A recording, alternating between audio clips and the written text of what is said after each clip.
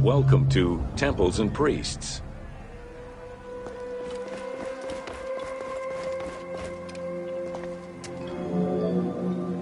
From its foundation, the city of Memphis favored worship of the god Ptah.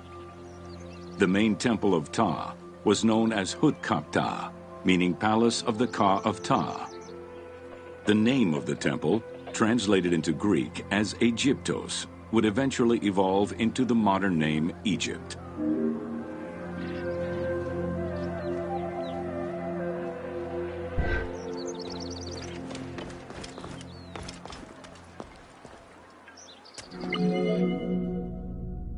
Temples were the center of religious, political, and economic life in ancient Egypt. These sacred places were viewed as the literal home of the gods and goddesses.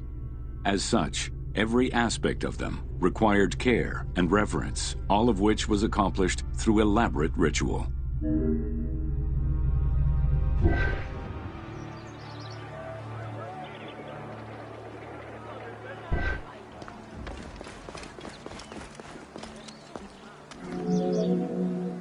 Located in the center of Memphis, the Temple of Ptah was the most prominent and imposing building in the city. The long walkway leading toward the temple, known as the Dromos, was guarded by rows of sphinxes. The entire sacred area was designed to keep the statue of the god protected, deep within the sacred enclosures that surrounded it.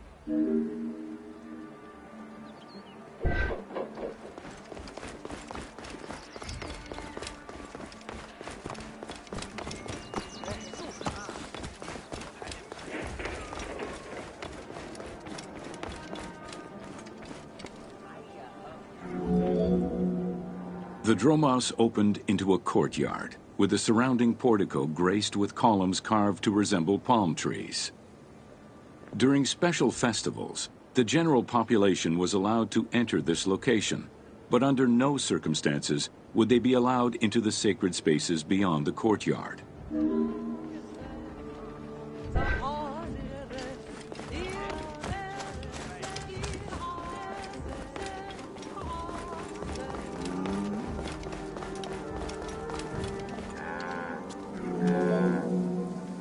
The Memphis Alabaster Sphinx was discovered in 1912, almost completely buried in water and sand.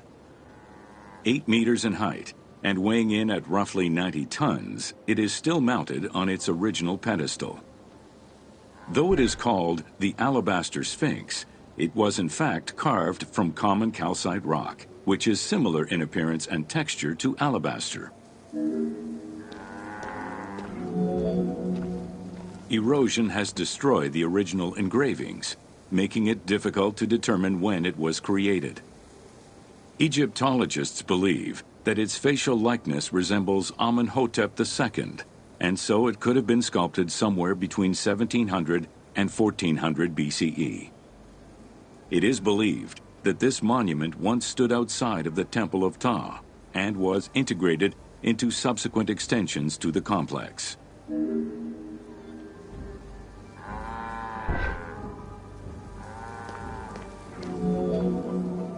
The size of the imposing sculpture reflects the importance it had to the temple during the New Kingdom. This Sphinx is one of the few remaining artifacts from the ruins of Memphis to survive.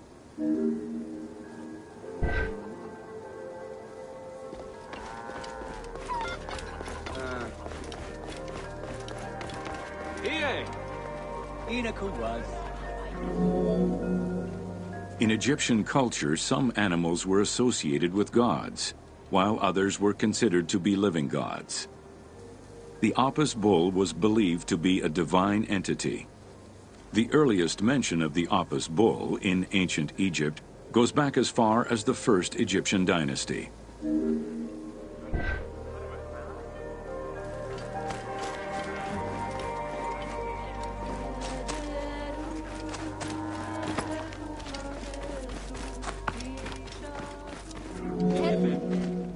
Originally the symbol of fertility, the Apis bull was linked to the god Ra, with the image of the sun carried between its horns. Later it was associated with Osiris, the ruler of the underworld, thus becoming the funerary divinity Osorapis. During the 18th dynasty in Memphis, the Apis bull's association with the city's deity earned it the title Herald of Ptah. The Apis bull was so revered that even Alexander the Great, upon his arrival in Memphis, gave honor to Apis.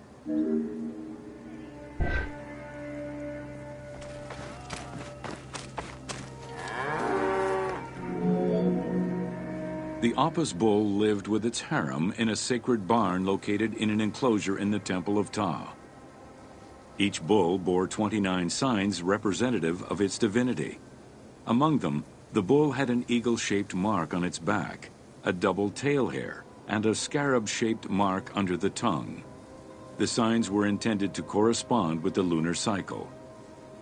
After its death, Egyptians would search for its reincarnated form among the livestock.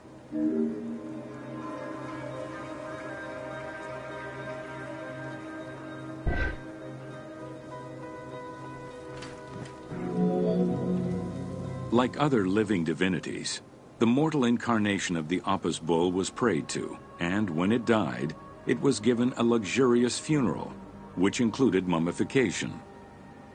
Until the reign of Ramses II, the Apis bulls were buried in individual graves in Saqqara. During the 26th dynasty, the bodies of the bulls were buried in enormous stone vats in the underground corridors of the Serapeum of Memphis.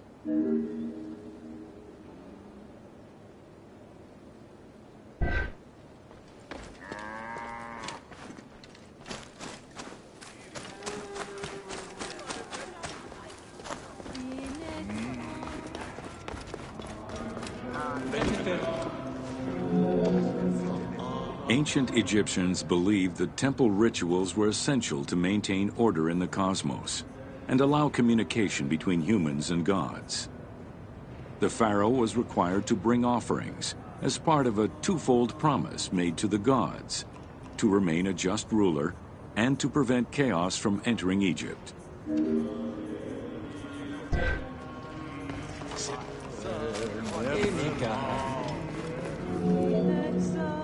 Details of the ceremonies found on temple walls provide a thorough overview of the stages of the daily ritual. Performed 3 times a day to mirror human mealtimes, each step of the highly symbolic ceremony was accompanied by specific recitations, many of which referred to mythical events.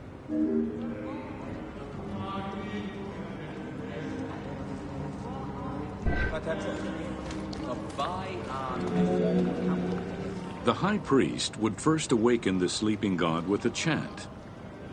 Then the seals of the shrine's doors were broken and the bolts drawn back. The act of swinging open the doors was a symbolic gesture where sight was granted to the deity. The priest would then bow and kiss the ground.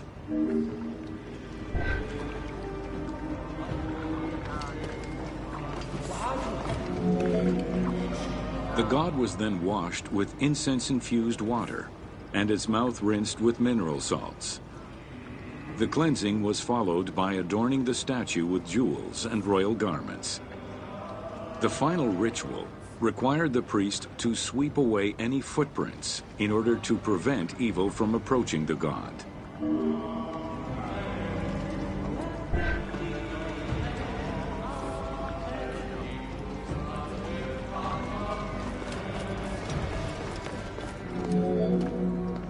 Heredity was the primary source of new recruits. Rarely was an outsider allowed this position. At the top of the temple hierarchy was the high priest. Each temple dedicated to a god had at least one high priest devoted to its care and service. During the Ptolemaic dynasty, one family held the position of high priest in Memphis for almost 300 years.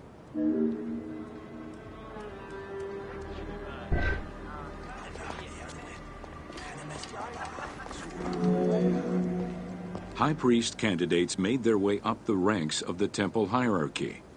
The one chosen to occupy the lofty position of high priest was usually confirmed by the pharaoh. Several of the high priests were also important officials in the government. Families sharing the highest priesthood titles tended to make many alliances, thereby gaining more land and wealth.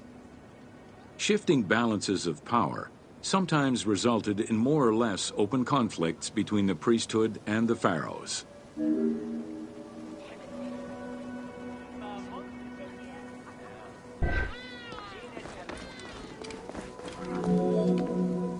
In the 21st dynasty, Thebes became the capital of an almost entirely theocratic government. The city was headed by king priests who spoke and governed in the name of the god Amun, in open opposition to the ruling pharaohs. These king priests caused a massive decentralization of power, known as the Third Intermediate Period.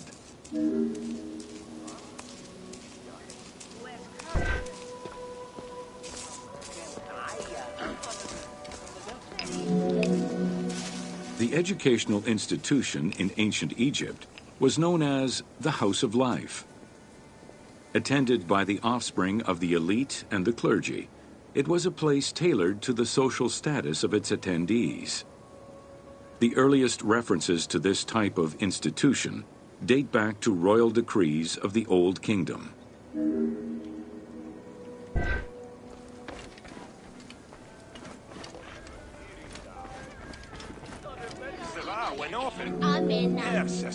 Only two known centers have been uncovered, one in the abandoned city of Akhetaten and one at the temple of Ramses II on the west bank of Thebes. Inscriptions uncovered in those locations mention the names and titles of people who were connected with the House of Life, such as a chief physician and many scribes. It is presumed that by the late kingdom, every temple had a House of Life.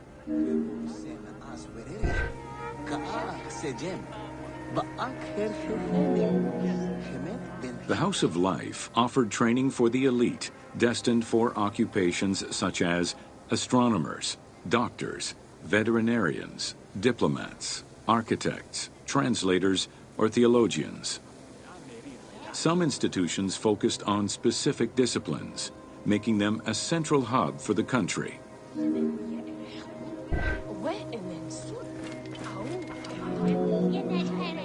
Not limited to instruction for young students, the House of Life was a source of reference for many scholars, with rooms dedicated to papyri of many disciplines. Because papyri were preserved there, the Greco-Romans referred to the House of Life as a library.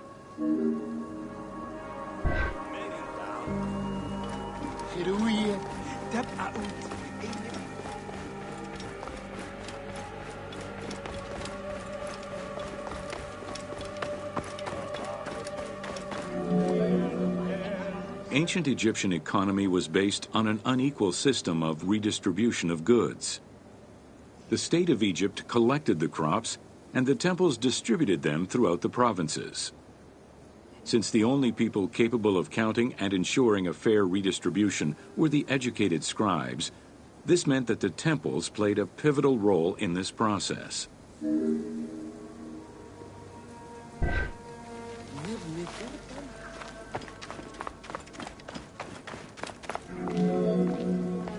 There are records of pharaohs making offerings of large tracts of land and animals to temples in order to maintain their favor. Ramses III offered generous gifts to the temple of Amun in Karnak in such a manner.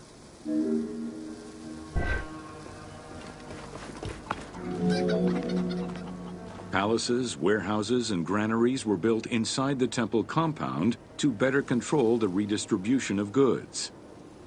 The size of the recorded numbers of goods, combined with every other function filled by temples, only serves to confirm their might as economic, religious, and political centers of power within Egypt.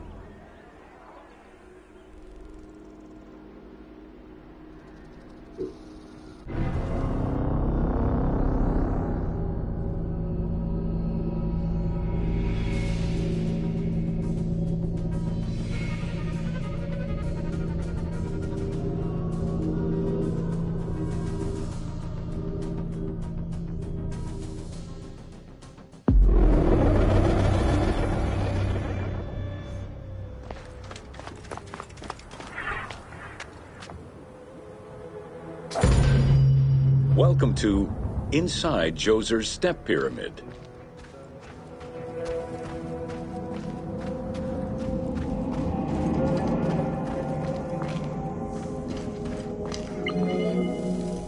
The architect of the Step Pyramid, Imhotep, was a man of great importance to Pharaoh Djoser and ancient Egyptians in general. The base of a statue of Djoser, discovered in 1926, celebrates Imhotep as a carpenter, sculptor, stonemaker, and chief of the seers.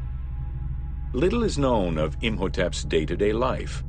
While he is credited for writing medical texts, it is for his role of architect that he is most famously known.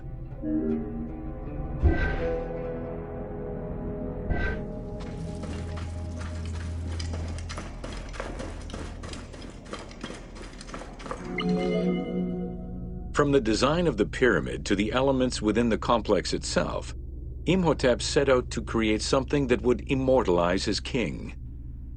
An architectural achievement, the Step Pyramid was made from stone blocks instead of mud brick. It was the first time Egyptians built a monument of that height. Imhotep explicitly intended for the stone to reflect natural materials. The funerary complex of Djoser remained famous throughout the centuries and millennia, and its great architect, Imhotep, was deified by ancient Egyptians during the late period.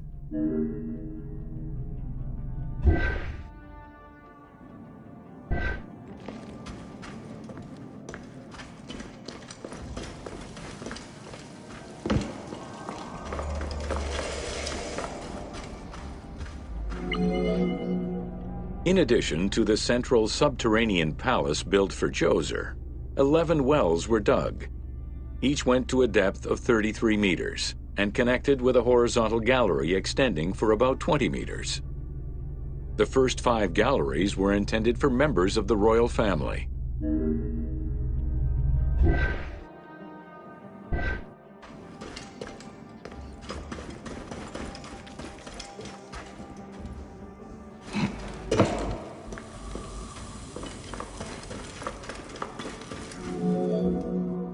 Two passages lead underground and branch off in 3 directions to various magazine galleries.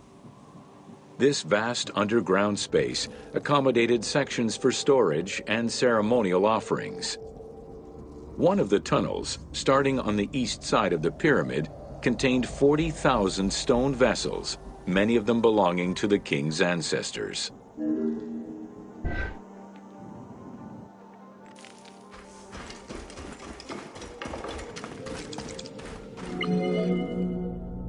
The burial chamber of Djoser is located at the bottom of a 28-meter deep central shaft. According to Egyptologist Jean-Philippe Lauer, the chamber was originally made from polished blocks of limestone, while its ceiling was decorated in 5-pointed stars. At some point, however, the limestone blocks were replaced entirely by pink granite blocks, leaving behind only fragments of limestone blocks decorated with stars.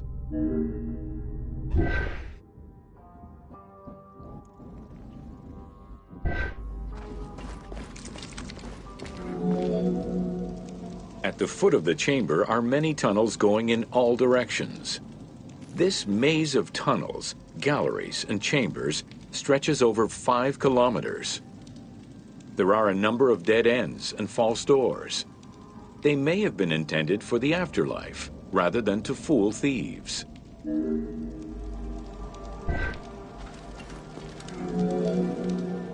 Unlike the Great Pyramid of Giza, or Menkaure, the Pyramid of Djoser does not have any extra openings dug out by thieves. There was no need for them. Because of the easy access into the tunnels and along the corridors, thieves had little trouble clearing out the temples once inside. It is unknown when the mummy of Djoser was stolen. All that remained was a left foot, found by French Egyptologist Jean-Philippe Lauer in 1934. This architect, who devoted his whole life to meticulously exploring the complex, believed it belonged to Djoser.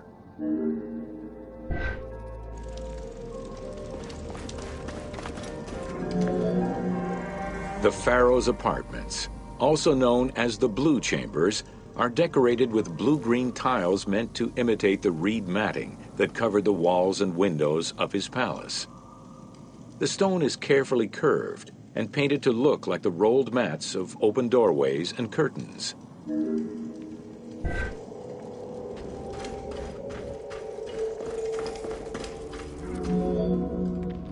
There are two long rooms running side by side along a north-south axis.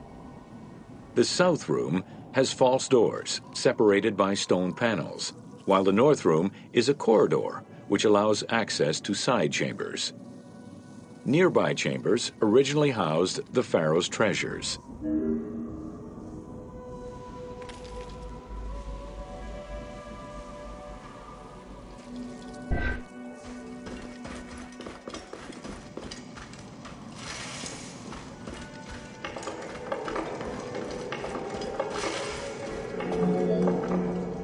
The door frames are made of fine limestone and carved with the king's name. As in the south tomb, reliefs are carved into the doorways. These reliefs show the king performing rituals and visiting divine sanctuaries for all eternity. Their interiors are fictive additions made by the team to add to the wonders of the tomb. It is clear from the elaborate detail and scale of the complex that this funerary monument was a technological marvel of its time.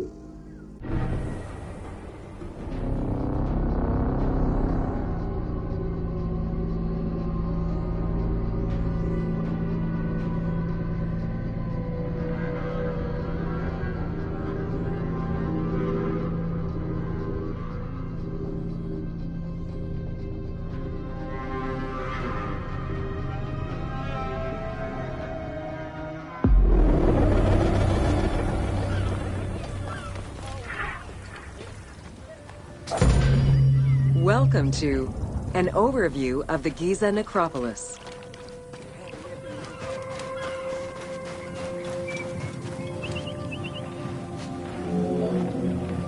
The Giza Plateau is located on the west bank of the Nile and was considered by ancient Egyptians as the domain of the dead. The pyramidal complexes found there were built over the span of 3 generations, during the reign of Khufu, Khafre, and Menkaure.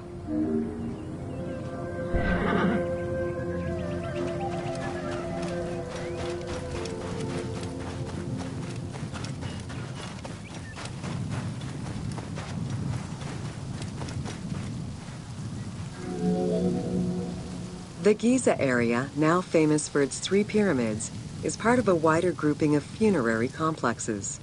Rulers from this period generally elected to be buried in the area. The focal point of the entire region was the city of Memphis, chosen as the capital of Egypt at the beginning of the Old Kingdom.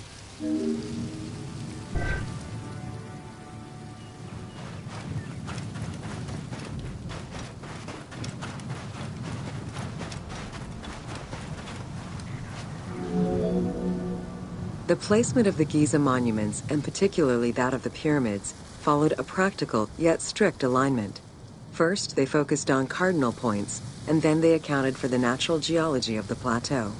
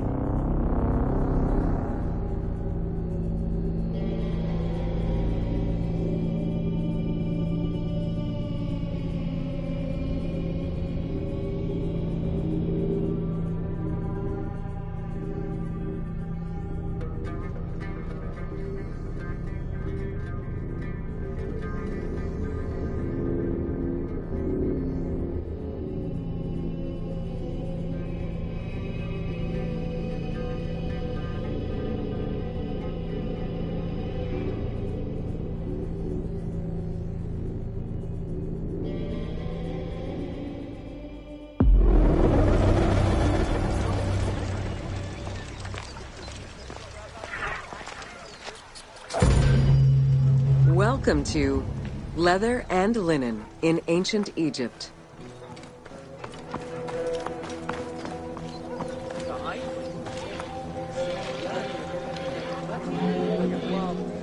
Tanning, a process which dates from prehistoric times, was present although not highly valued in Egypt due to the heat.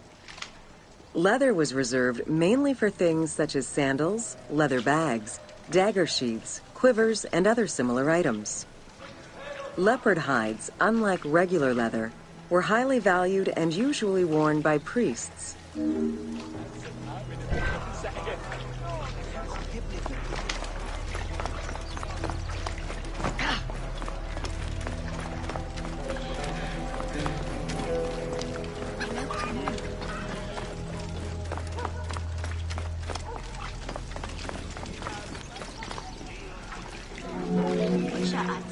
Valued for its coolness and freshness in hot weather, linen was the fiber most commonly used for fabrics and textiles. It was produced from flax, which was plentiful in Egypt. Fibers were usually dyed before weaving. While color was used in the production of textiles, dyes weren't commonly used for clothing, and most Egyptians wore white.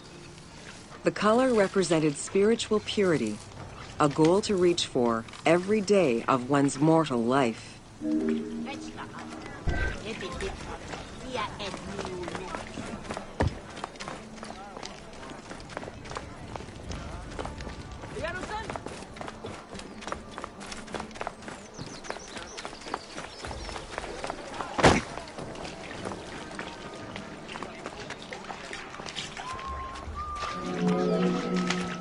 Various shades were achieved using woad, a dye produced from the leaves of Isotis tinctoria.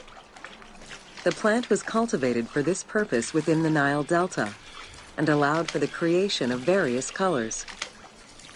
For example, different maceration times of the leaves would result in colors ranging from red to green, while adding in limestone shifted it to blue. During the Greco-Roman period, other ingredients were found, resulting in a wider range of colors.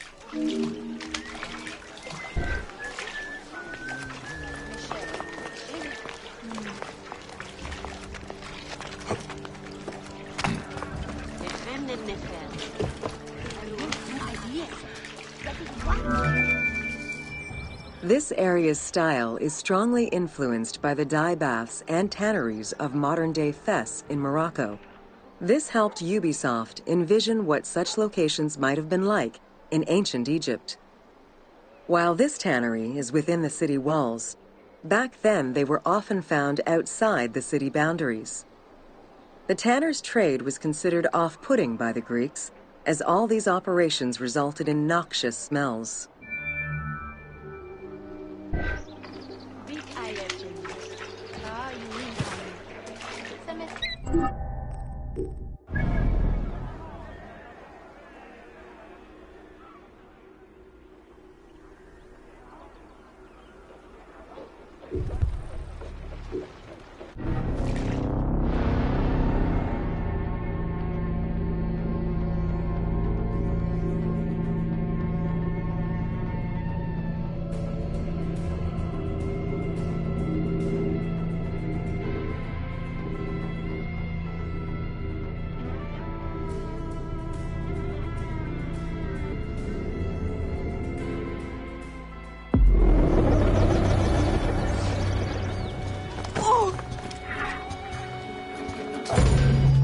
Welcome to Alexandria, City of Celebration.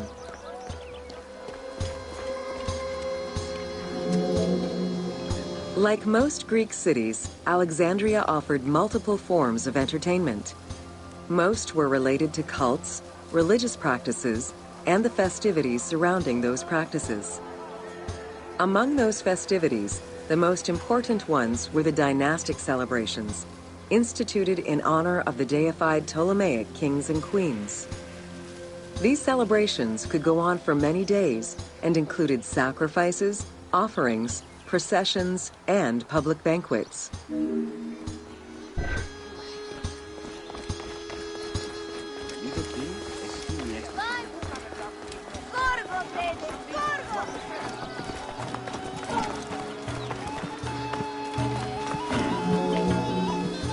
Games and competitions were organized whenever possible in locations such as the stadium, the hippodrome, and the gymnasium. The residents of Alexandria favored such events where athletes, poets, and musicians from Egypt and other cities of the Greek world competed.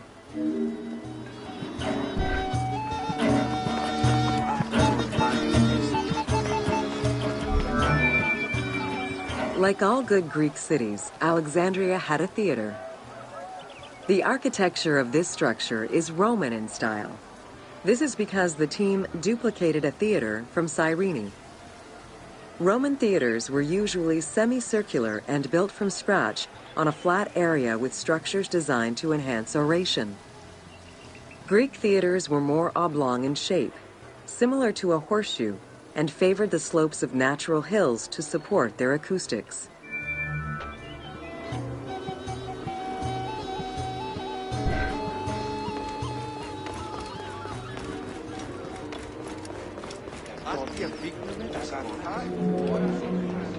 At the theater, one could witness the plays of contemporary comic and tragic authors. The play you are witnessing below is Menander's Dyskolos, more commonly known as the Grouch, a late and popular entry in the Greek comedies.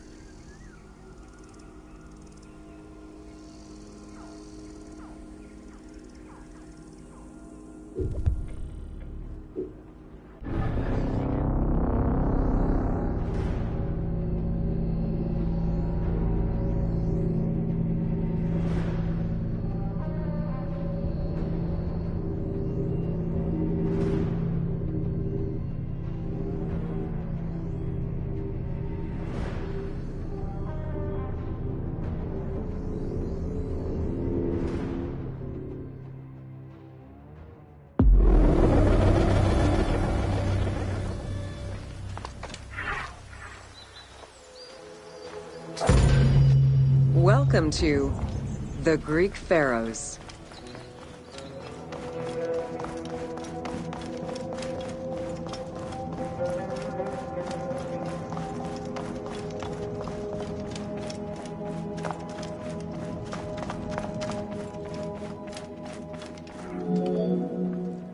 Pharaohs were considered divine incarnations of the gods. As an avatar of the gods living on Earth, the pharaoh's role was to preserve fundamental values and universal harmony by removing chaos, Isfet, and ensure that justice, Mot, prevailed. The pharaoh, by divine ancestry and through multiple offerings, was the bond that unites the world of men to the world of the gods and allows the maintenance of the cosmic order.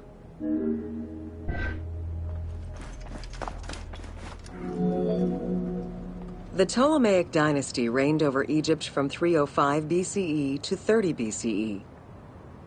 The dynasty was called the Ptolemies of the Lagids, in recognition of the founder of the dynasty, Ptolemy Lagos, a Greek general and close friend of Alexander the Great. While Macedonian, Ptolemy Lagos understood that to be accepted by the Egyptian people, he would have to adopt their traditions. Upon assuming the title of pharaoh, he changed his name to Ptolemy I Soter, meaning savior.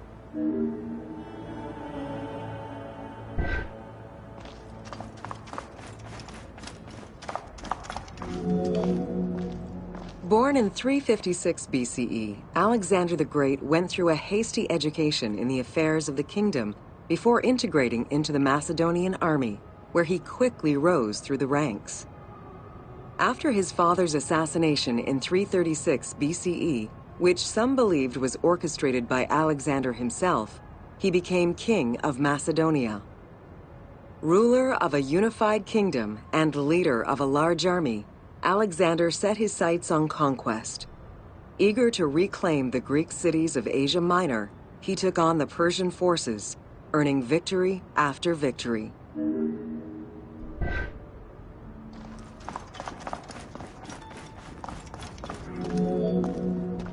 Ever victorious, Alexander the Great marched on, laying siege to city after city until he reached Egypt, where the Persians were defeated yet again. Viewed as a liberator by the Egyptian people, Alexander decided to become pharaoh in due form. He traveled to Thebes to make a sacrifice to Apis, then went to the oasis of Siwa, where he was proclaimed son of Amun. Officially pharaoh of Egypt, Alexander spent much of the winter there and founded the city of Alexandria. Perhaps not coincidentally, being pharaoh allowed Alexander to spread propaganda to prepare further conquests. He resumed his military campaigns in 331 BCE.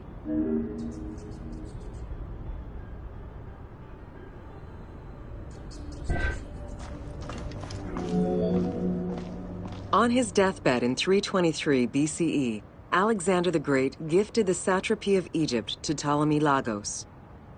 Perfectly aware of the value of Egypt, Ptolemy ensured not only the stability of the country's borders, but also its economic and military development. At the same time, he worked with the Egyptian elite to maintain the internal order of the country. By 305 BCE, Ptolemy, well respected both in Egypt and in the Mediterranean, was at the head of the largest fleet of the Hellenistic world. Ptolemy officially took the title of Pharaoh of Egypt in January 304 BCE, on the anniversary of Alexander the Great's death.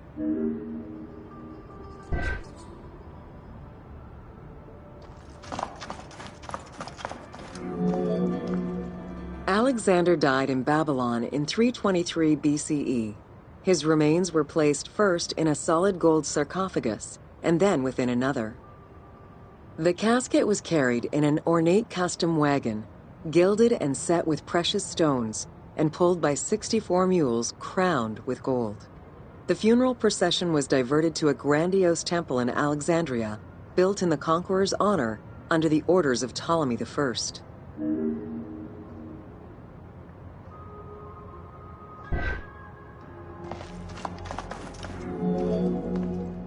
Julius Caesar visited Alexander's tomb at the capture of Alexandria, and the Roman Emperor Augustus reportedly placed flowers there. However, though many powerful leaders claim to have visited it, the tomb's location has gone missing from history. Some accounts do state that the golden coffin was replaced by a glass sarcophagus, probably by Ptolemy X. It is also implied that Cleopatra may have plundered the tomb in a time of financial crisis.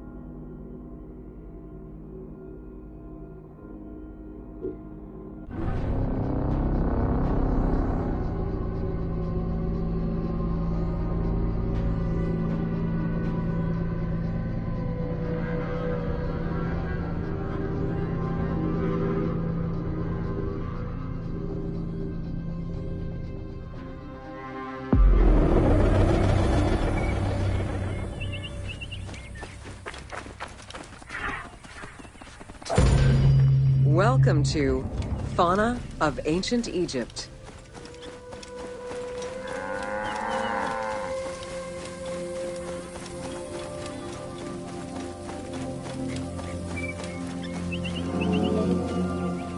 Both domesticated and wild animals were features in ancient Egyptian bas-reliefs as early as the First Dynasty. While the variety of wildlife served as a reliable food source, it also influenced both culture and mythology.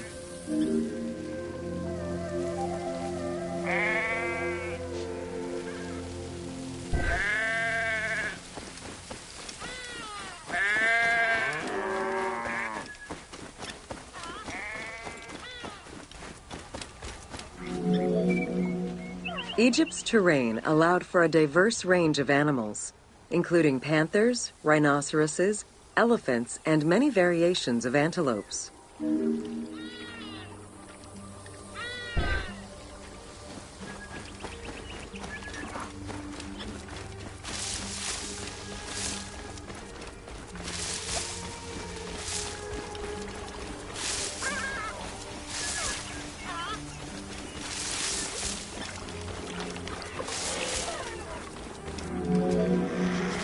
The Nile was home to many species of fish, along with hippopotami and crocodiles.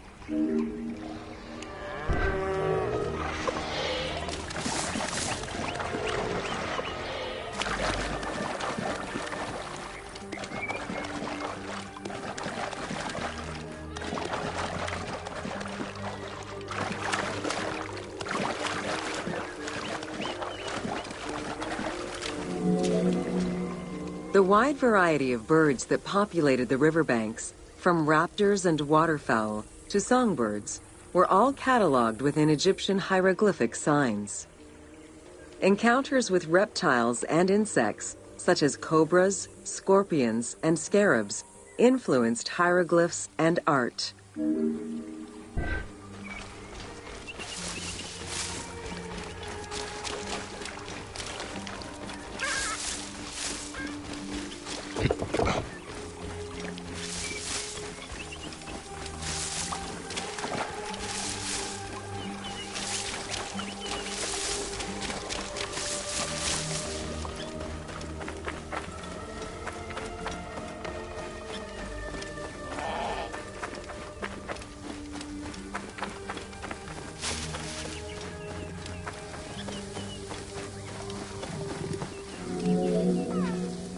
While all animals had sacred meanings, lions in particular represented power and royalty to ancient Egyptians. They were so prized by pharaohs that they were hunted to extinction within Egypt.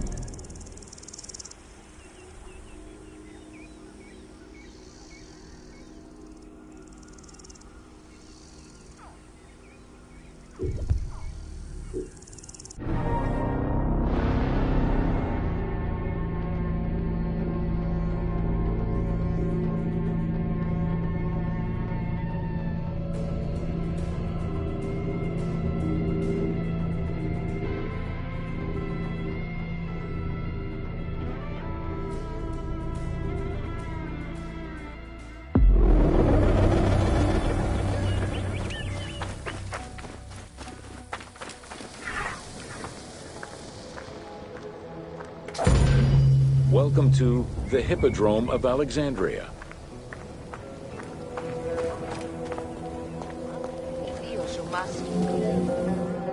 The main hippodrome of the city was called the Legeon, in honor of Lagos, the ancestor of the Ptolemies. Alexandrians were great lovers of horse racing. They were fascinated by the rivalry of these races, the agon, as it was said at that time, that every competition brought. It was a struggle for glory.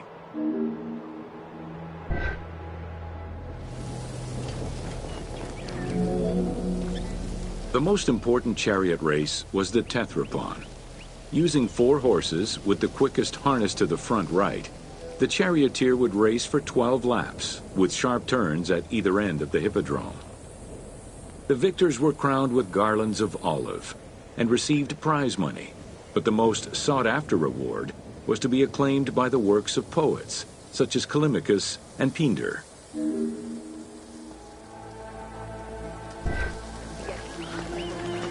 Κυρέων γίνεων τε και άνερων, τούτου γεωφελούνε ημών.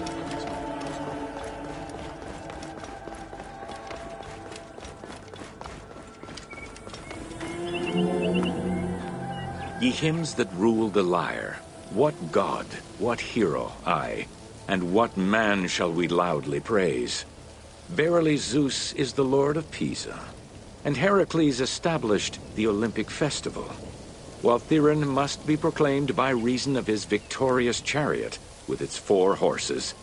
Theron, who is just in his regard for guests, and who is the bulwark of Acragas, the choicest flower of an auspicious line of sires, whose city towers on high, bringing wealth and glory to crown their native merits.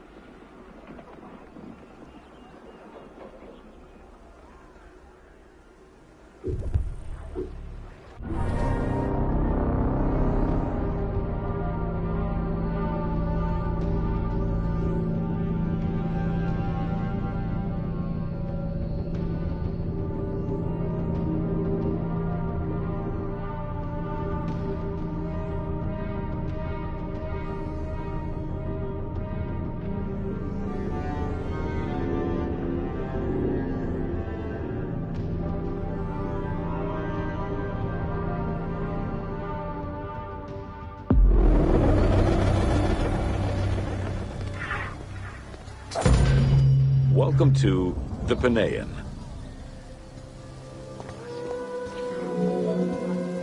The Panean was a temple built in honor of the god Pan, divinity of nature. This Greek god, often represented as a half-man, half-goat, with a beard, horns, and goat's hooves, was considered the protector of shepherds and herds.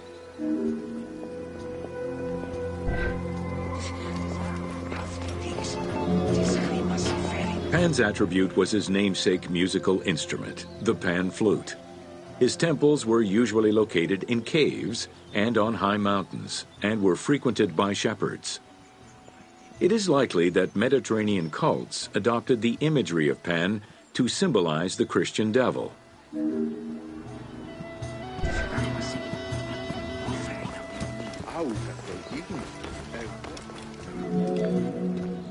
To give proper honor to the god, Alexandrians built an artificial hill upon which they housed his temple to compensate for the flat relief of the city. The artificial mound had the shape of a spinning top or a pine cone, which was accessed by a spiral staircase. The top had a panoramic view of the entire city. Only such heights would be fitting for a mountain god.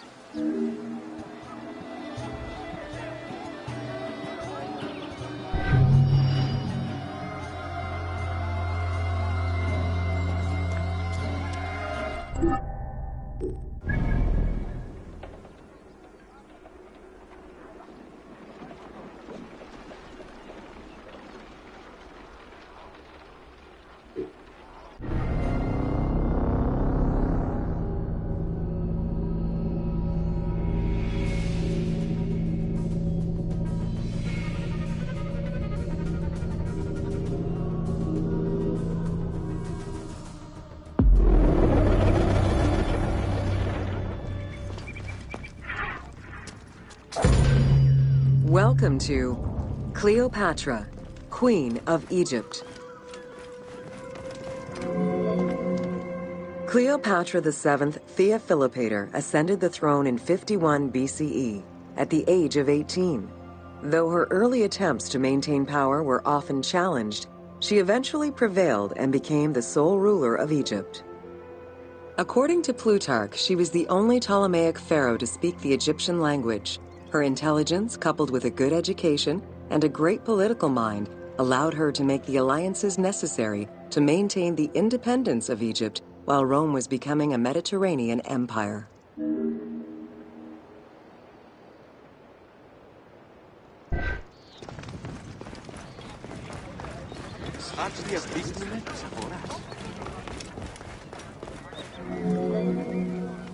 It is important to understand that Cleopatra's knowledge of Egyptian language and keen understanding of the culture allowed her to make powerful ideological referents that resonated with ancient Egyptians.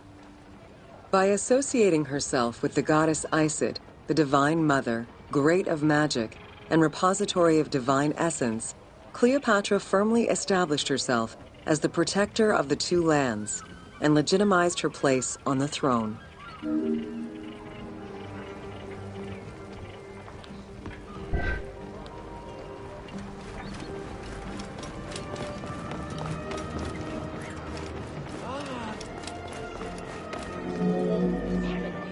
Upon his death in 51 BCE, Ptolemy XII Aulus bequeathed his kingdom to his daughter and eldest son, Cleopatra VII and Ptolemy XIII. As was custom, the siblings were married. The new pharaoh was 10 years old, his sister wife 17.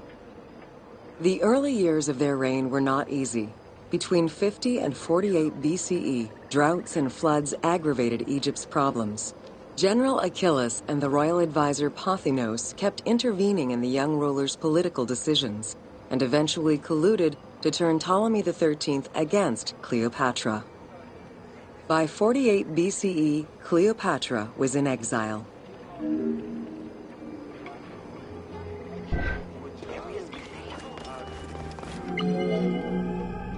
During Cleopatra's exile, the Roman Empire was not without its own internal conflict. Caesar and Pompey were at war with one another, and after his defeat in 48 BCE, Pompey fled to Alexandria in the hope of finding refuge. This turned out to be an unwise decision. Listening to his advisors, Ptolemy XIII elected to have Pompey assassinated, his head kept as a gift, in the hopes of acquiring Caesar's favor. This gambit backfired. Instead of earning approval, the murder of a Roman greatly angered Caesar.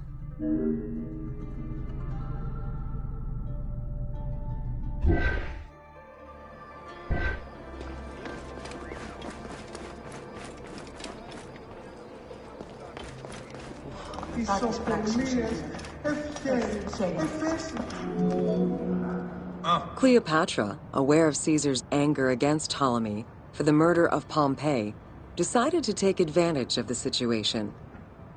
She returned to Egypt in secret, hoping to establish an alliance with one of the most powerful men of the time. Outside of the legend, where she had herself smuggled into his quarters in a carpet, what exactly happened during that fateful meeting remains a mystery. However, Caesar seemed to see a better ruler for Egypt in Cleopatra than in her young and too easily influenced brother. Invoking Ptolemy XII's will, Caesar attempted to mediate peace between the siblings.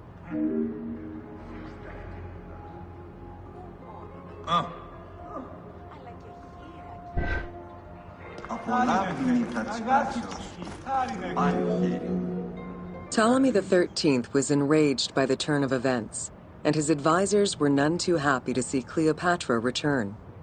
Urged on by General Achilles and Pothinos, the young pharaoh plotted against Caesar and Cleopatra, resulting in the siege of Alexandria in 47 BCE. It was in March 47 BCE that Caesar defeated Ptolemy XIII's forces. The young pharaoh drowned in the Nile after having fled the battlefield. With her opponents dead or powerless, Cleopatra married her other much younger brother, Ptolemy XIV, and finally claimed the throne of Egypt for good. The end of the Alexandrian War also cemented the romantic and political alliance between Cleopatra and Caesar. 3 dias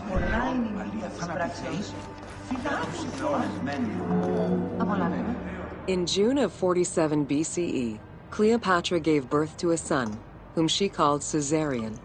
Caesar did not accept the boy as his heir, choosing instead his nephew Octavian. Nonetheless, on his return to Rome, Caesar invited the queen and her brother husband to stay in the city. Her presence still drew much disapproval from the Senate. Always a strategist, Caesar left 4 legions in Egypt, and a man he trusted to direct Egyptian affairs, giving him control of the wheat supplies essential to Rome. Cleopatra and her entourage remained in Rome until March 44 BCE, when Caesar was murdered.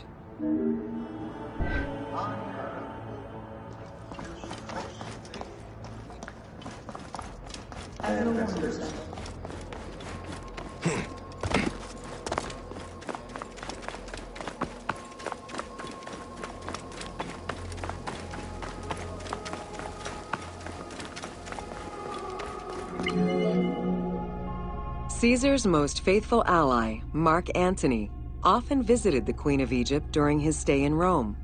Unlike most, he recognized the legitimacy of Caesarion, the natural son of Caesar. Antony knew he would need the riches of Egypt in order to fight Octavian and claim the Roman Empire. Cleopatra, in return, saw a powerful ally.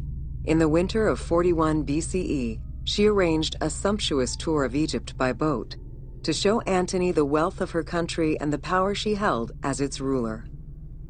A romantic and political relationship followed. The Roman Senate was once again most displeased. To calm spirits in Rome, Antony married Octavia, sister of Octavian.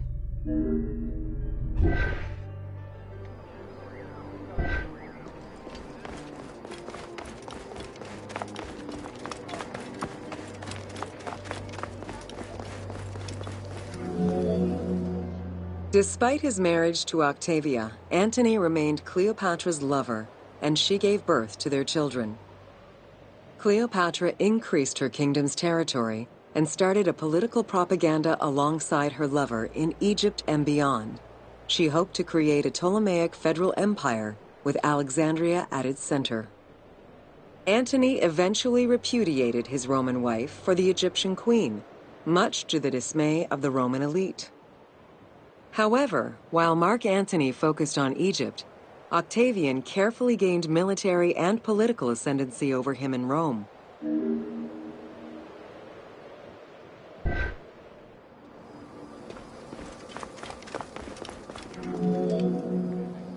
Octavian managed his own propaganda campaign and succeeded. The Roman people hated Mark Antony and Cleopatra. To avoid the censure still inherent in attacking a fellow Roman, Octavian simply declared war against Egypt. Rome's power still reigned supreme. The powerful Egyptian fleet, led by Cleopatra as well as Mark Antony's forces, were defeated in 31 BCE in Actium. Octavian arrived in Egypt in 30 BCE to formalize his victory.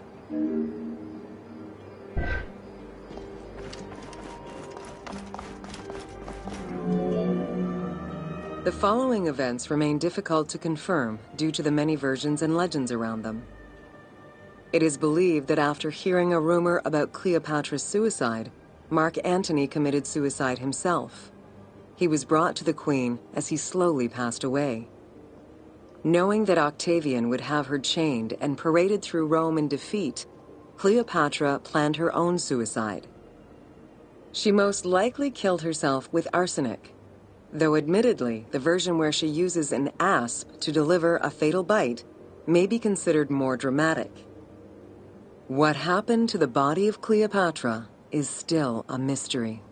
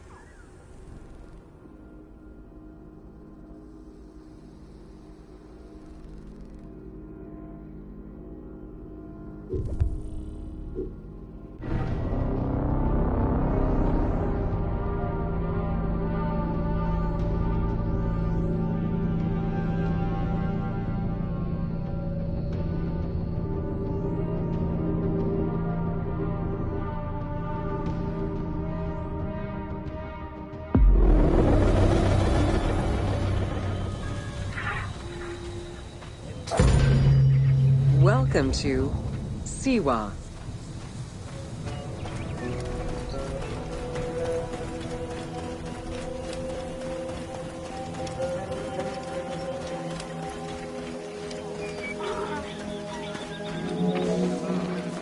The Siwa Oasis is in the western desert of Egypt.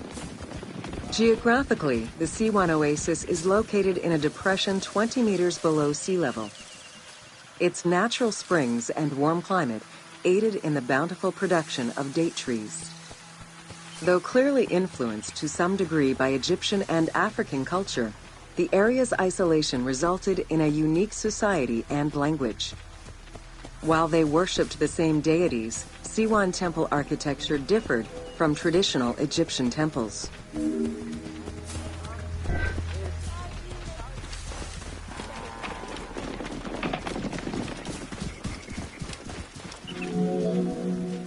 Old Kingdom Egyptians referred to the oasis as cauldron, due to its unique geographical structure. Oases were crucial for nomadic tribes and caravans. Without them, there was no chance of survival in an otherwise harsh landscape. As such, oases quickly became hubs for trade, as well as areas of political control.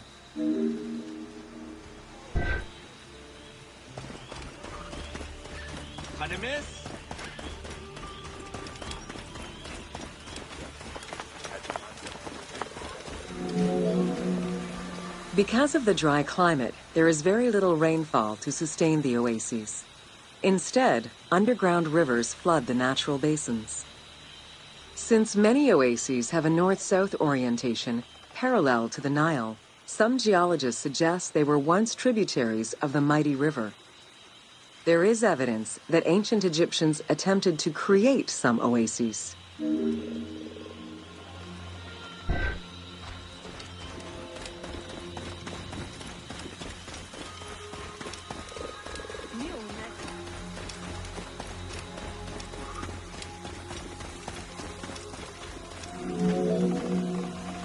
The Libyan oases are the best known, as they are geographically and culturally linked to the Nile Valley and the Delta. These western oases have a distinct geology from the other regions of Egypt. The most famous and important oases are Karga, Dakhla, Farafra, Baharia, and Siwa.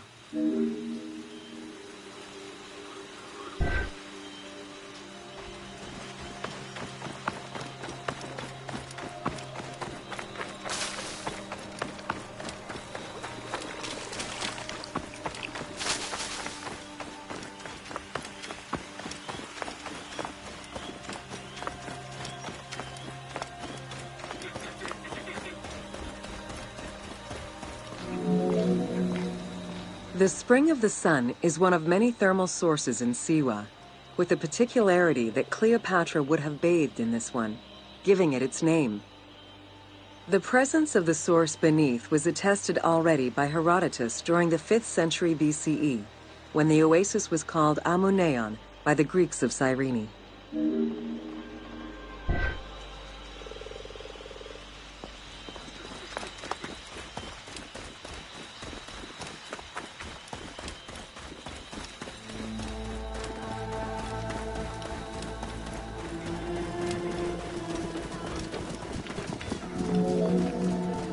Oracles predicted the future, delivered omens that could be more or less obscure, and offered divine guidance.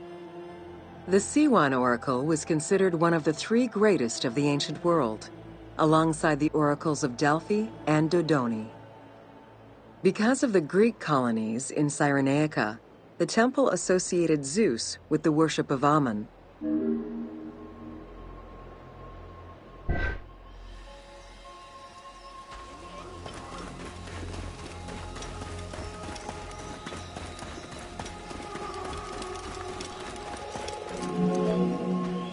It is no wonder that Alexander the Great made the perilous journey to Siwa in order to consult the oracle, emulating the actions of mythical heroes such as Hercules and Perseus. This action earned the approval of the oracle, who validated his claim as Pharaoh of Egypt. He was confirmed as the son of Ammon, conferring upon him the most legitimate claim to date of all Egypt's foreign invaders.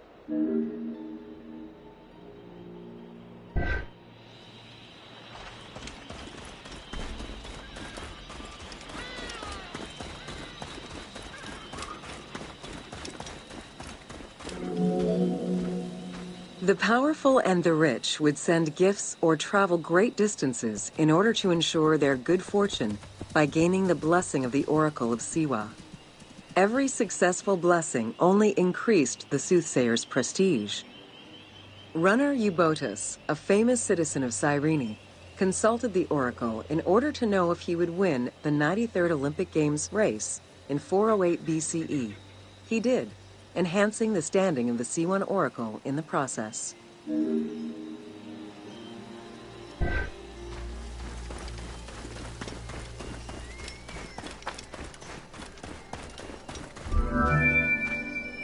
The Temple of the Oracle of Amun was built in the 6th century BCE by Pharaoh Amasis.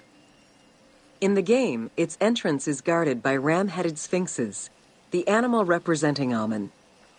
They were inspired by similar statuary located at the British Museum. Another option would have a Greek-influenced representation of Zeus Amun, a human-headed sphinx with horns. This representation of Zeus Amun was very popular in Siwa.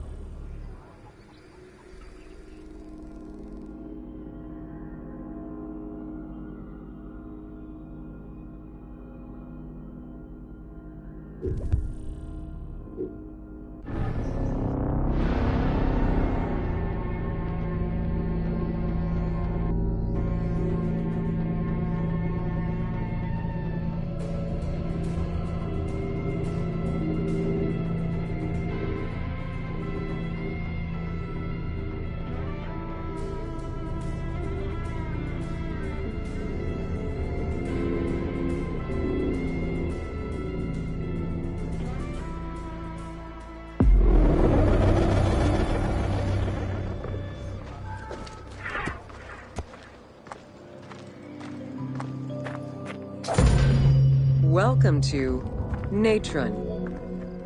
Natron is a colorless salt that was used by ancient Egyptians for food preservation, cleansing products, and glassmaking.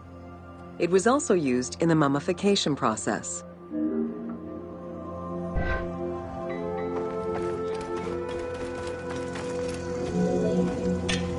During the ceremonial embalmment ritual, the priests packed the body in natron in order to remove all of the moisture.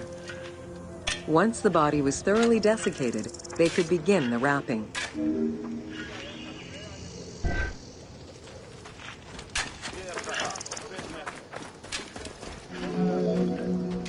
Natron was mined in Wadi Natron. The main mining methods involved either cutting slices out of the lake bed when it was dry, or raking through mineral-saturated water to gather the mineral salts during the floods.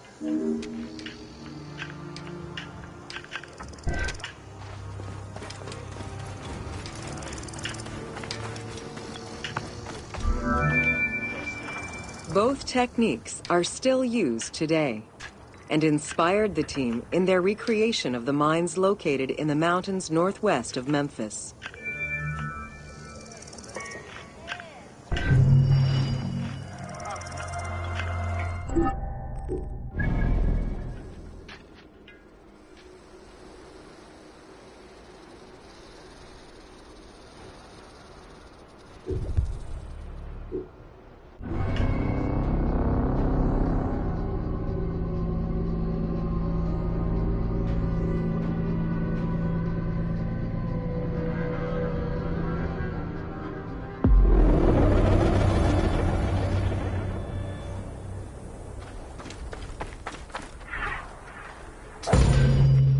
Welcome to the Red Pyramid of Dashur.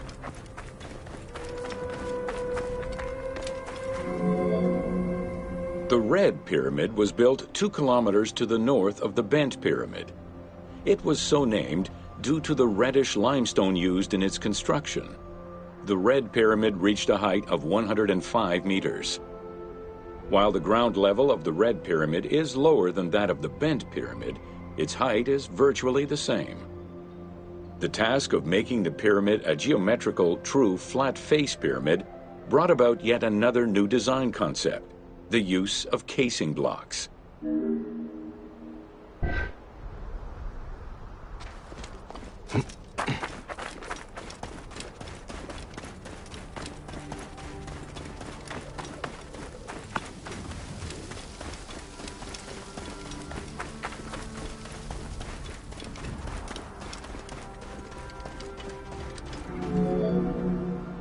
The descending corridor of the pyramid, which opens to the north, arrives at ground level, where 2 almost identical spectacular chambers with high ceilings are aligned north to south and connected by a short horizontal passage. In the south wall of the second chamber, accessed by a staircase, another corridor leads to the final chamber, which is built within the masonry of the pyramid itself and aligned east to west.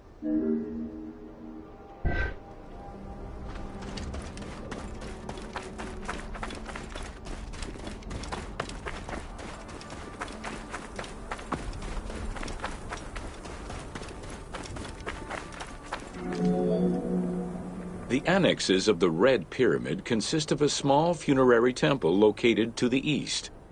A causeway presumably ran due east from the temple, but it has yet to be excavated.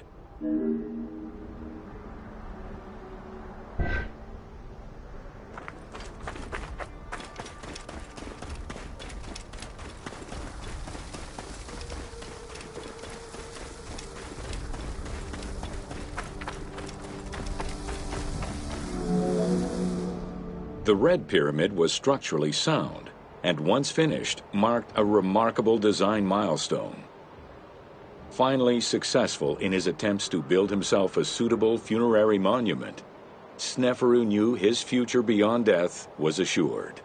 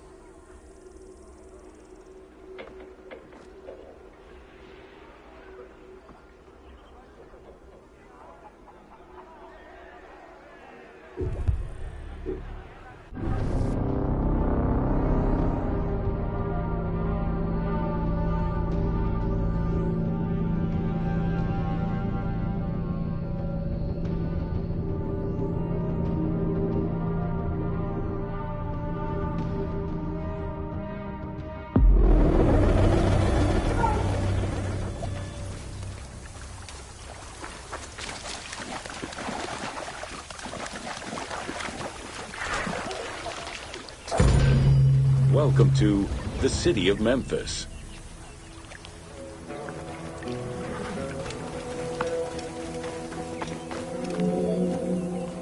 Throughout all ancient Egyptian periods, cities had one thing in common. They were situated along the Nile's shores. Cities were often designated for government or for worship. Major cities had several temples dedicated to numerous gods and goddesses. Egyptians referred to the organization of their cities as a sepat, or later on by the Persian term nome.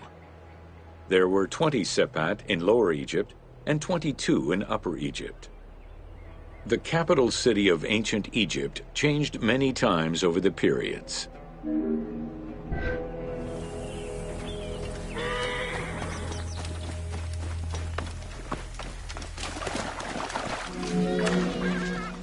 One of the largest was Memphis, located in Lower Egypt.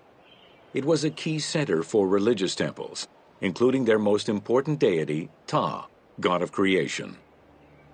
Thebes, located in Upper Egypt, competed with Memphis and featured as both a political and a religious center.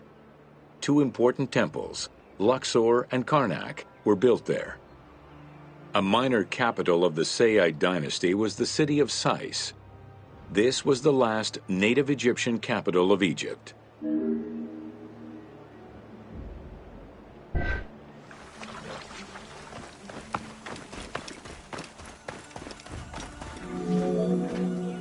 During the Third Dynasty, under Pharaoh Djoser, Memphis became the first religious and administrative capital of Egypt. Even when the political capital of Egypt decentralized itself, pharaohs were crowned in this sacred city in order to legitimize their ascension to the throne, up to and including Alexander the Great. Though little remains today save ruins south of Cairo, we can guess at the structure of the city, which stretched up to 5 kilometers in length and 2 kilometers in width.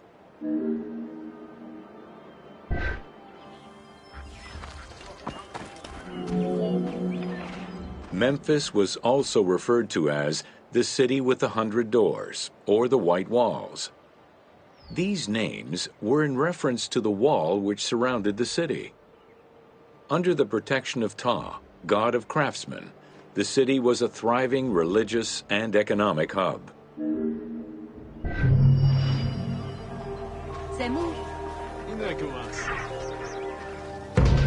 Welcome to Artisans of Ancient Egypt.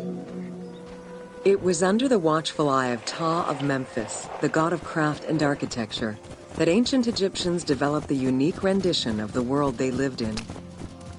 However, it is vital to understand that their view of art, and those who created it, was likely very dissimilar to the modern concept of the word. Instead of artists, the creative culture had skilled and respected artisans. The most significant categories of specialties for crafters were drawing, painting, sculpture, and metalworking.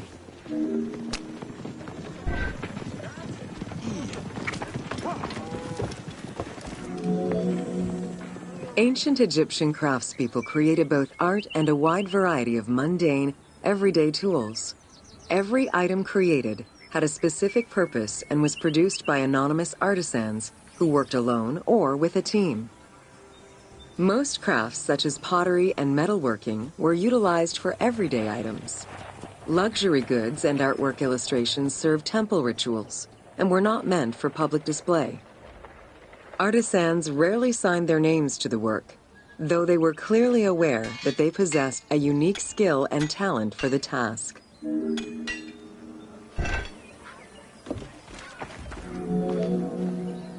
Art, in all its forms, has offered not only a practical insight into the way ancient Egyptians lived, but in how they viewed the world and their place in it.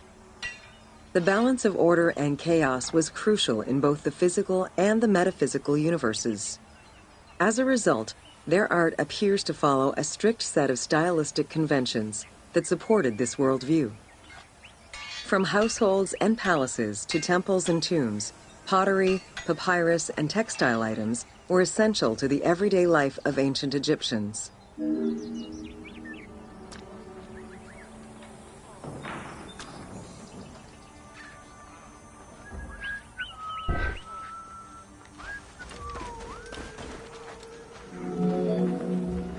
In ancient Egyptian culture, drawing was used as illustration, such as seen in the Book of the Dead.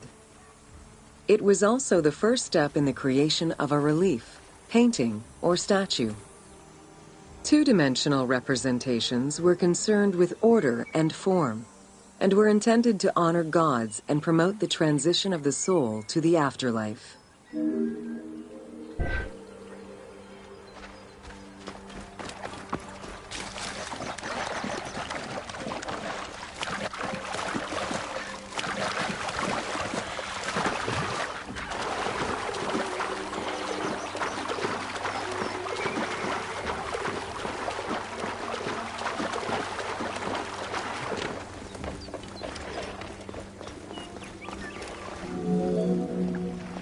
Stylistically, Egyptians were concerned with the depiction of the human form's inner self. As such, artistic representations were not concerned with realism, but rather with idealized youth and perfectly harmonious visuals.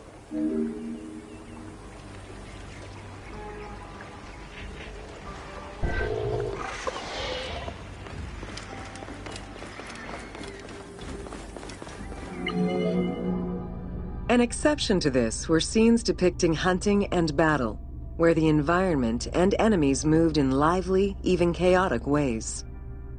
Animals and foes were depicted piled up, as if describing chaos, with Egyptians standing in solemn, disciplined poses, bringing order to the scene.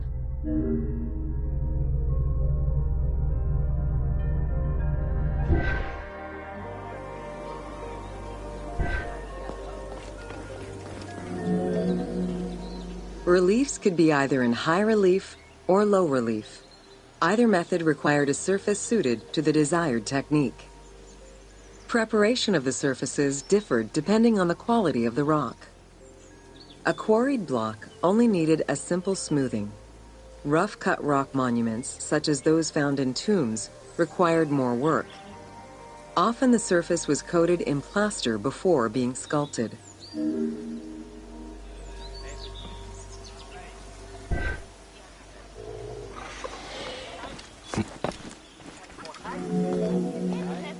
For reliefs, preliminary sketches were drawn in red, then framed with a red grid to position the elements of the scenes. Corrected sketches were in black, and once approved, the scene was ready to be carved. This method likely explains the name given to relief makers, the one who draws the outlines.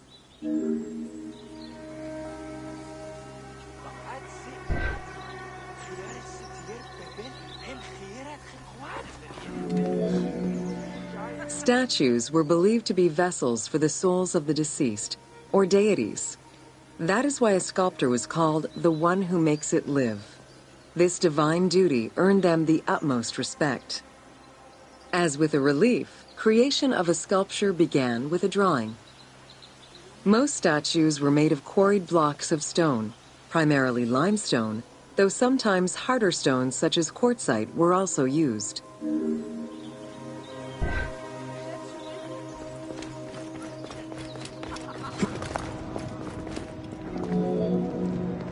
In ancient Egypt, the profession of crafter was organized and relied on a specific hierarchy. Most artisans depended on an institution to provide them with raw materials. There were 3 working levels for craftsmanship: domestic, large estates, and within palace and temple workshops. Some royal workshops, at their largest, covered an area of about 2.8 square kilometers in size.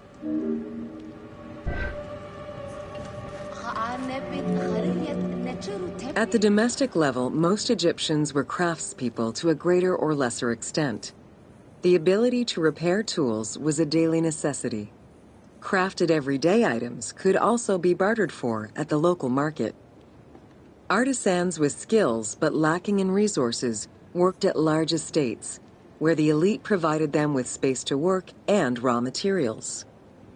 The most skilled artisans were employed in royal or temple projects and benefited from a special status. They were provided with good workspaces and considered to be highly skilled.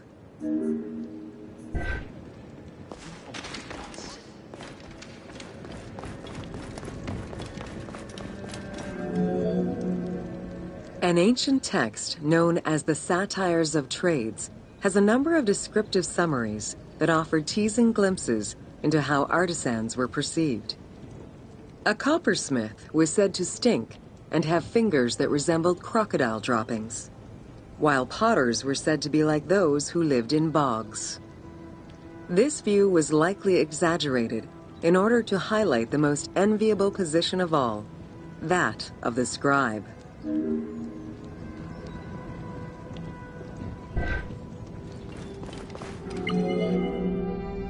Located near the Valley of the Kings, Deir el-Medina was a settlement created by order of the king to honor the most skilled artisans.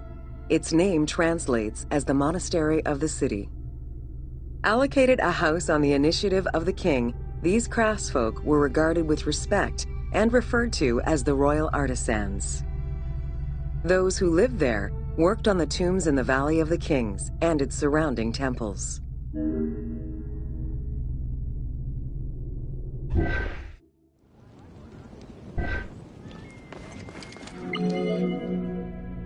Archaeologists believe the site was home to skilled and respected artisans for over 400 years. It is considered one of the most important discoveries relating to Egyptian daily life. While much of the focus of Egyptian archaeology was on its kings and queens, it wasn't until the excavation of Deir el-Medina that Egyptologists were given a valuable window into the community life of ancient Egyptian artisans.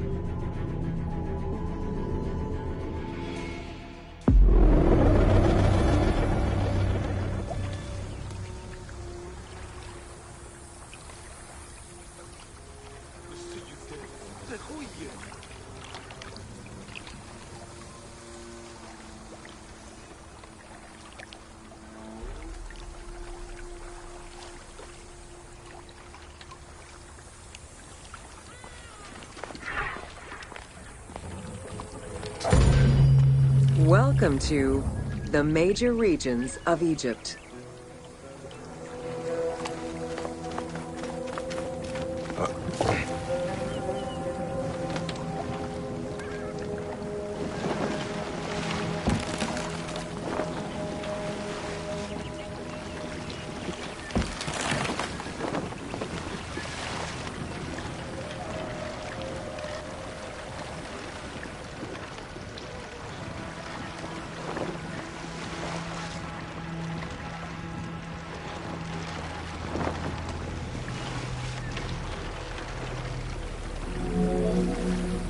Life in ancient Egypt was concentrated along the shores of the Nile and divided into two regions.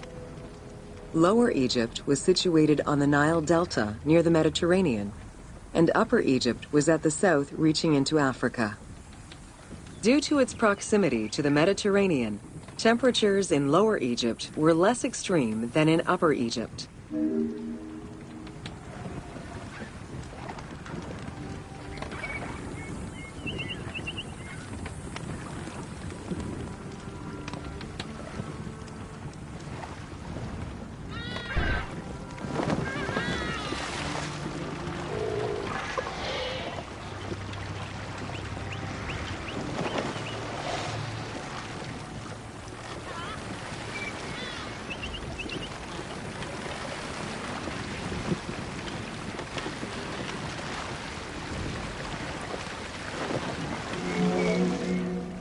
Until 3100 BCE and the unification of Egypt, each region had its own pharaoh and crown.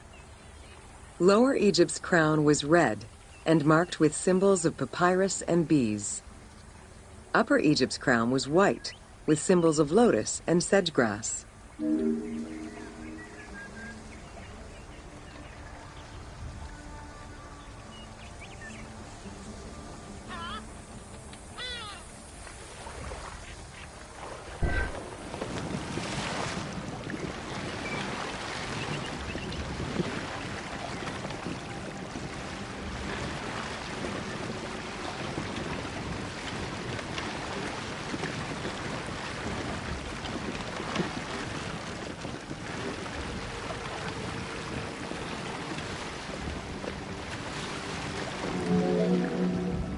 Both regions had competing major cities, most notably Memphis in Lower Egypt and Thebes in Upper Egypt. There were different religious cults in both regions, each worshipping their own major gods.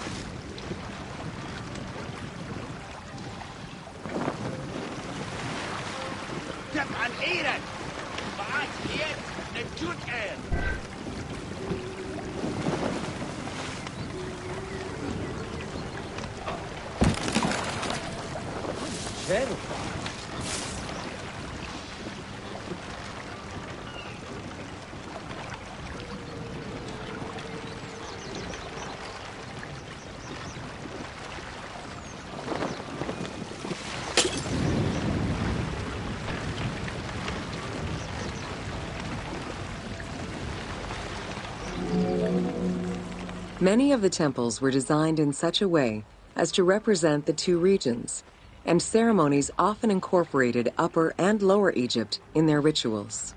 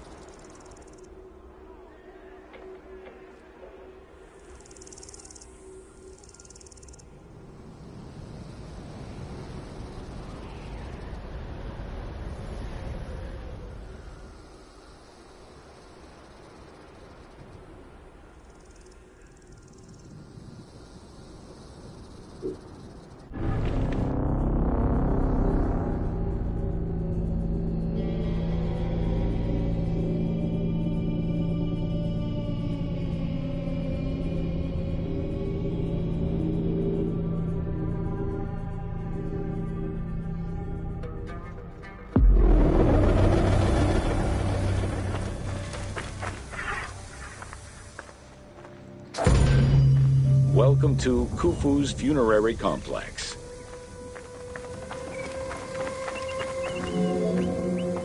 The Valley Temple was the first architectural component encountered when one entered the funerary complex. It was considered the official entrance of the tomb and mixed the structural components of both a temple and a portico. Khufu's Valley Temple shows evidence of a basalt pavement, letting us know where the portico portion of the structure was located. Such a partition is believed to symbolize both the subterranean and solar aspects of the afterlife.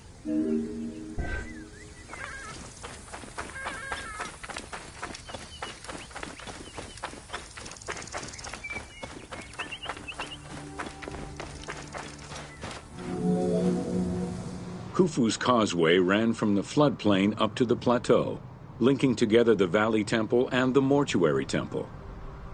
A traditional causeway presented itself as a paved path, enclosed by walls and often roofed.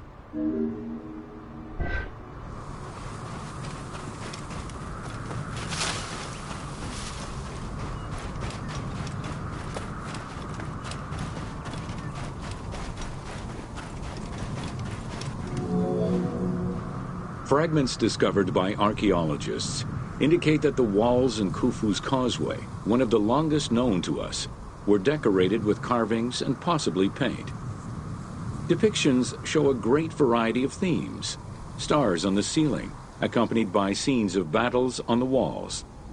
Other engravings depicted the creation of the complex by illustrating craftsmen at work.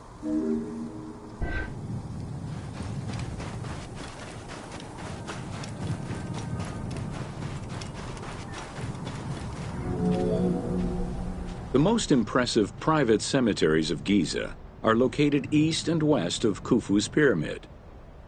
The Eastern Cemetery was reserved for members of the royal family, while the western cemetery was mostly set aside for various court dignitaries. In both areas, private tombs, also known as mastabas, were aligned and laid out methodically in streets and avenues. This arrangement was probably an attempt at recreating the king's court for the afterlife.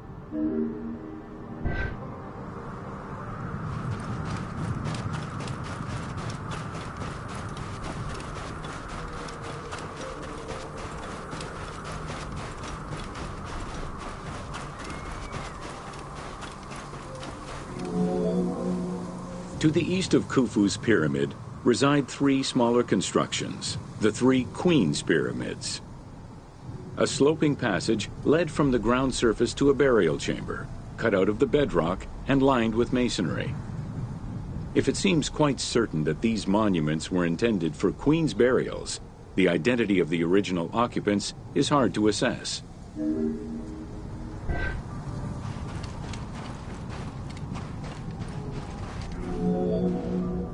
The northernmost pyramid was most likely meant for Queen Hetepheres, who is believed to have been Khufu's mother. However, in 1925, her actual tomb was discovered nearby by accident. It was hidden at the bottom of a deep masonry pit in an underground chamber. Within the concealed chamber, Egyptologists discovered the most complete royal funerary equipment, dating from the Old Kingdom, though her body was missing.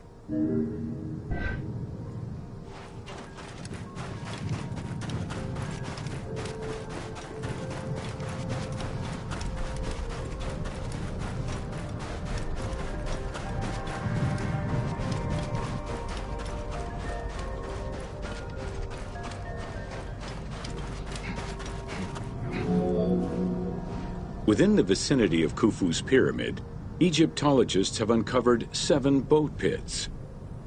The exact function of such boat-shaped pits remains unconfirmed, though one can easily conjecture that it was symbolic in nature. The boat pits being located at the eastern side of the pyramid, at the precise spot where the resuscitated king was supposed to reappear, could constitute evidence to support such an assumption.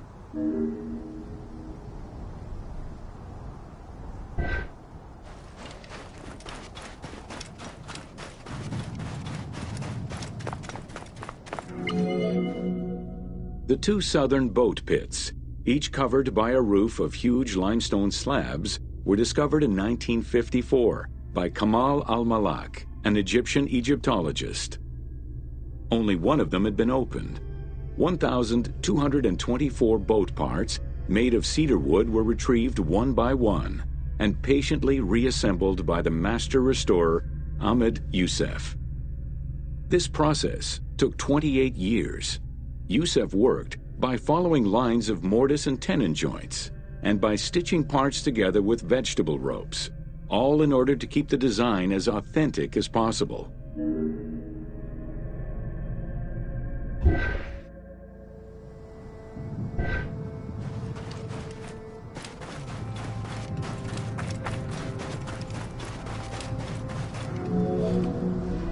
The Greek term pyramidion refers to the capstone of a pyramid or the tip of an obelisk. In ancient Egyptian, both components were called benben. This word was also used for a specific kind of food, a cone-shaped offering made of bread. The pyramidion was intended to be a miniature reproduction of the pyramid, making it equal to the monument itself in symbolic importance.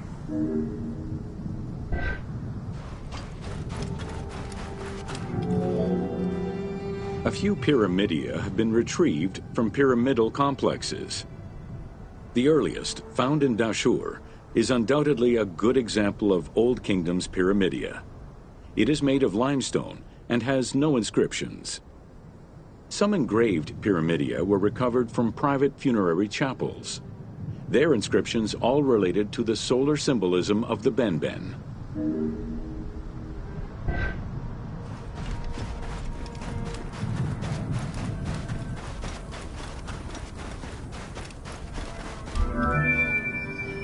The pyramidia of the pyramids of Giza were never recovered.